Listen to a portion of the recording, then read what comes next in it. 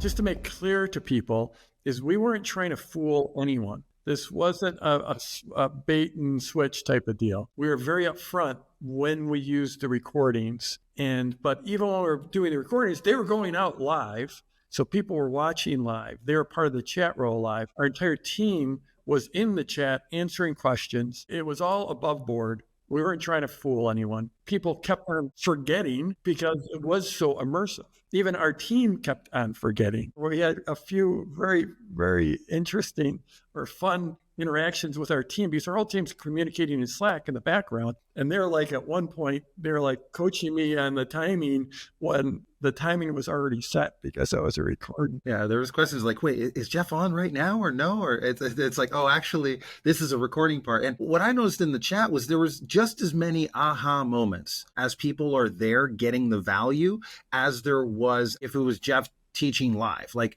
the thing is, like, the value is the value, right? Like whether you taught it in whenever the last time and it's pre-recorded, the important thing is that what they're experiencing in that moment is like these aha moments because of the way it's being taught and what is the value there for them. So the impact of all of that was super powerful for people as we saw them going through this experience. I wanted to ask, like, what are some things you learned about doing this experience this way instead of doing it in the traditional way where, again, there's all this prep and there's a lot of work to put in something maybe and make it this live thing. But like, what did you guys learn about doing this experience? Well, one of the things I got to watch. And so I'm like actually watching a recording of me from a few months ago teaching, and I got to observe everyone's reaction to that in the chat. And that was, this was number 17 that I've done.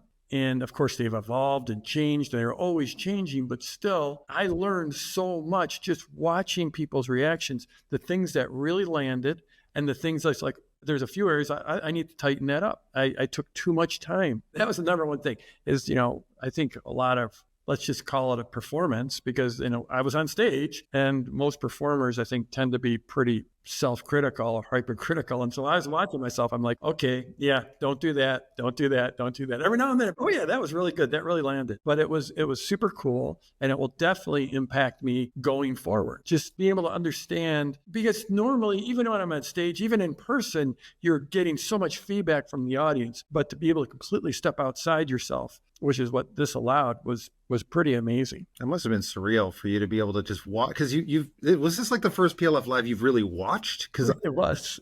Right, like because you're always on stage doing it, right? So to actually look back and see how it's being done, that's probably I can imagine that's super powerful. Yeah, there's a couple sections on day 2. It's like, oh, I can cut 20 minutes out of that because I didn't need to do that. And it's just like, okay, get over yourself, Jeff. Just get over yourself.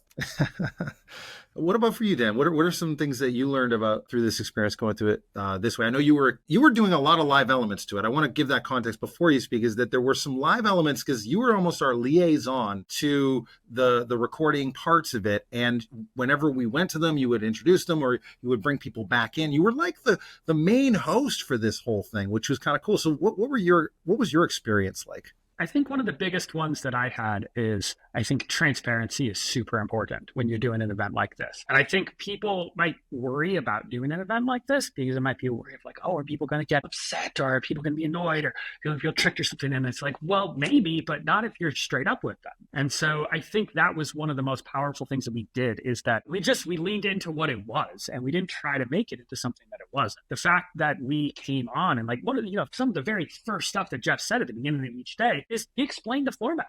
He said, hey, here's what we're doing, and this is why we're doing it. And because of that, it set the event up to flow really nicely. And you would have people in the comments, maybe someone who showed up late or they weren't quite, usually it's probably someone who showed up late. Maybe I think it was one time where Jeff mentioned like summer or, it probably wasn't even Jeff, it was probably one of the attendees or, someone who's being interviewed mentioned like, oh, it's summer or something. And someone would be like, wait, what?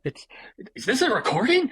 And then people would chime in the chat like, yes, they said that. It's going to go back to live here soon, and they'll answer questions like, yeah, what do you think it is? And then people would just be like, oh, okay, well, that's cool. Once you had that thought out of someone's head, it was like, oh, wow, this is amazing.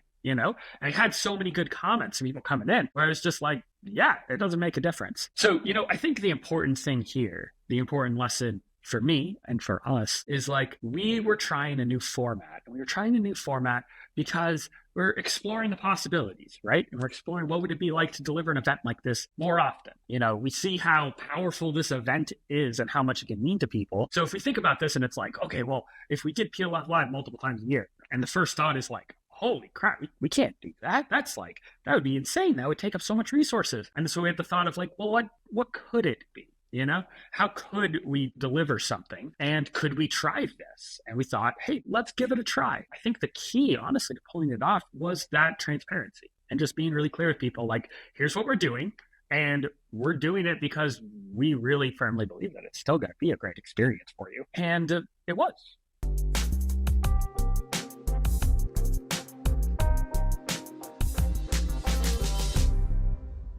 Hey, Launch family, one more thing before you go. There's a few spots left in Jeff's Launch Intensive workshop. This is a live in-person training with Jeff, Dan, and Justin in the room. Only 40 people are going to be there. Small, intimate, and super, super powerful. If you'd like to check that out, all you have to do is go to getyouLaunched.com today. Thanks a lot for listening, and we'll catch you on the next episode.